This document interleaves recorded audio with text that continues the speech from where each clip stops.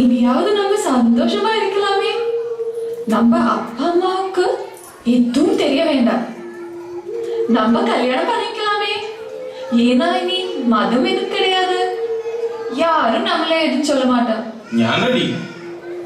പക്ഷേ ഇവിടെ അടുത്ത് രജിസ്റ്റർ ഓഫീസ് വല്ലതുണ്ടോ? ഓ പിന്നെ തുടങ്ങിയ നിങ്ങളുടെ മാരേജ് പ്ലാനിങ്.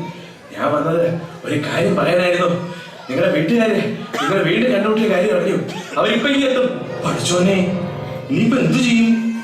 അനക്ക് വല്ല പ്ലാനും മനസ്സിലും ഉണ്ടോടാ താമസക്കുട്ടി? കൊള്ളാം. ഒരു തവണ പ്ലാൻ ചെയ്തിട്ടാ നമ്മളെല്ലാം ഈ പരുവത്തിലായത്. നിങ്ങളെന്നെ വീണ്ടും കൊല്ലിച്ച് അടങ്ങത്തുള്ളൂ അല്ലേ?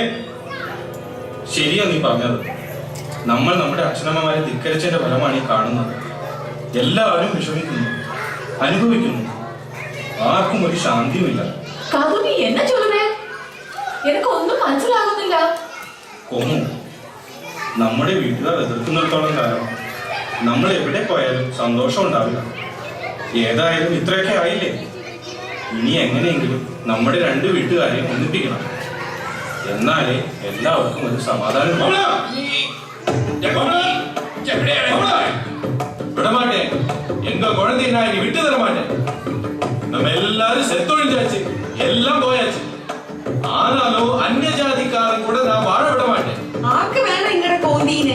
ഇന്റെ മോന് പെരുത്ത ശേലുള്ള പ്രേതങ്ങള് നമ്മുടെ ജാതിയിലുണ്ട് കേട്ടാ. மையக்காரன் இந்த മോനെ വെറുതെ വിടില്ല വെണ്ണുപിള്ള. அப்படியெல்லாம் சொல்லாதே. உன்னோட இந்த பொறுக்கிதா எங்காத்து போன தேடி வந்தது. അവൾ എതും பண்ணல. അപ്പൊ അങ്ങനെയായ വെറുതെ ചൊറിയും കുത്തിയിരിക്കണ എന്റെ മോനെ നിങ്ങളുടെ ഈ ഇറങ്ങേട് പിടിച്ചോളല്ലേ പാട്ടുപാടി വിളിച്ചു വരുത്തിയത്. അപ്പൊ നിർത്തുക അപ്പ. ചെത്തു പോയിട്ടും நீங்க எங்களோட காதலை ஏன் புரிஞ்சிக்க மாட்டேங்கிறேன்? നീ ചുമ്മാ ഇരി. ഇനി ഭരിച്ചില്ലേ ഹരാൻ പറഞ്ഞവനെ. ഇവിടെ നമുക്ക് വേണ്ടാന്ന് ഈ പറഞ്ഞോ.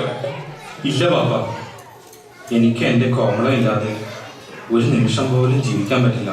അതിന് ഇച്ചു മയ്യത്തായില്ലേ മഹായ. നിങ്ങളെല്ലാവരും നടക്കുന്നുണ്ടോ? ഈ പ്രശ്നം ഒത്തുതീർപ്പാക്കാൻ ഇനി എന്നെ കൊണ്ടാവുമെന്ന് തോന്നുന്നില്ല. ഇനി ഒരൊറ്റ വഴിയേ ഉള്ളൂ. കുടമറ്റത്ത് കുത്തുമച്ചോ.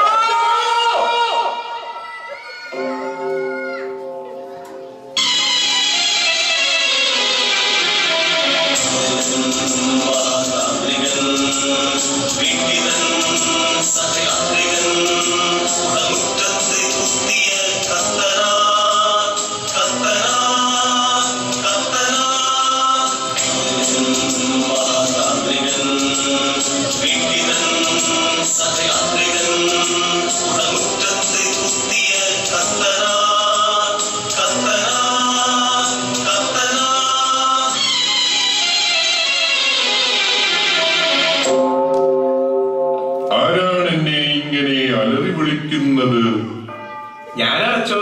ഈശാമിശായി സ്തുതിയായിരിക്കട്ടെ. എപ്പോഴും എപ്പോഴും അങ്ങനെ തന്നെ ആയിരിക്കട്ടെ. കുഞ്ഞാടെ, നീ എന്തിനാ എന്നെ ഇപ്പോ ഈ ശവപ്പറമ്പിലോട്ട് വിളിച്ചു വരുത്തിയത്? അച്ചോ, ഇതിനൊക്കെ കൊണ്ട് തോറ്റച്ചോ.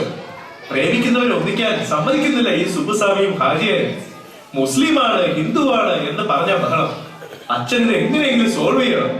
പ്രയാസമാണ്, എങ്കിലും ശ്രമിക്കാം. പ്രേമിക്കുന്ന കുഞ്ഞാടുകളുടെ പേരെന്താണ്? കാതലും കോമളവും അച്ചോ. ഗോമണം? അങ്ങനത്തെ ഒരു പേര് ഞാൻ ഇതുവരെ കേട്ടിട്ടില്ലല്ലോ കുഞ്ഞാടെ. കോമണമല്ല അച്ചോ, കോമളം. അത് ശരി. അയ്യോ ഫാദർ, ഇതെങ്ങനെയെങ്കിലും ഒന്ന് ശരിയാക്കി തരണം. ഇല്ലെങ്കിൽ ഞങ്ങളുടെ ആത്മാക്കൾ പാടി പാടി ചങ്ക് പൊട്ടി മരിക്കാതിരിക്കും.